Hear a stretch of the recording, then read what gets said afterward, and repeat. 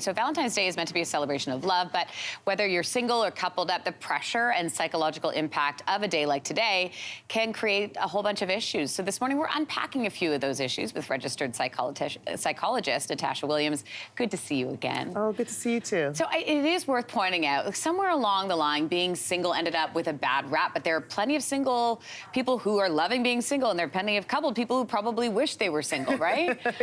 Exactly, and I think the interesting thing, especially with how Valentine's Day is marketed.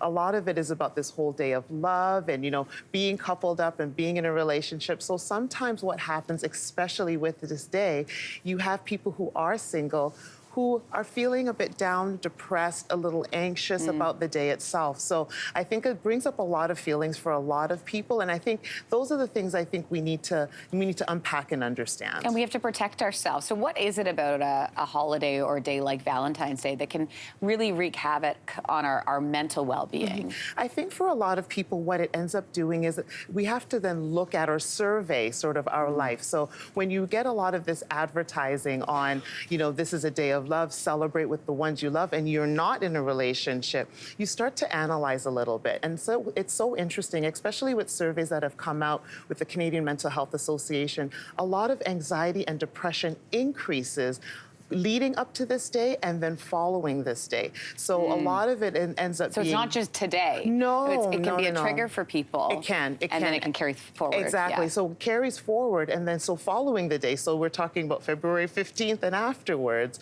what ends up happening is that those symptoms of depression, anxiety remain. So what we now need to look at is what do we need going forward to really address those underlying symptoms of anxiety and depression. So what can we do to protect ourselves? So on a day like today, and especially for people that are single, the first thing you want to look at is how do we love ourselves? This is the first stop. Right, this is the first stop, because it's not necessarily about how you're receiving love from others.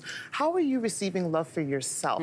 How do you sort of write some affirmations for yourself, post it somewhere to remind yourself about how good you are? And then also looking at, let's remove some of that social media stuff. It's just, I know, it's like, right? that's a big problem for a lot of us, right? It is, because people are showing their best lives on social media. So sometimes we get caught up in all that and then start to look at our own lives and sort of what we believe we lack in our own lives. Right, I know, it's so hard. Okay, so what about tips for people who, let's say, are in a couple and they want to support their friend who is single right now and maybe having a rough go today? Well, I think for some people, the one thing we have to look at, especially as being in a couple, is that, you know what?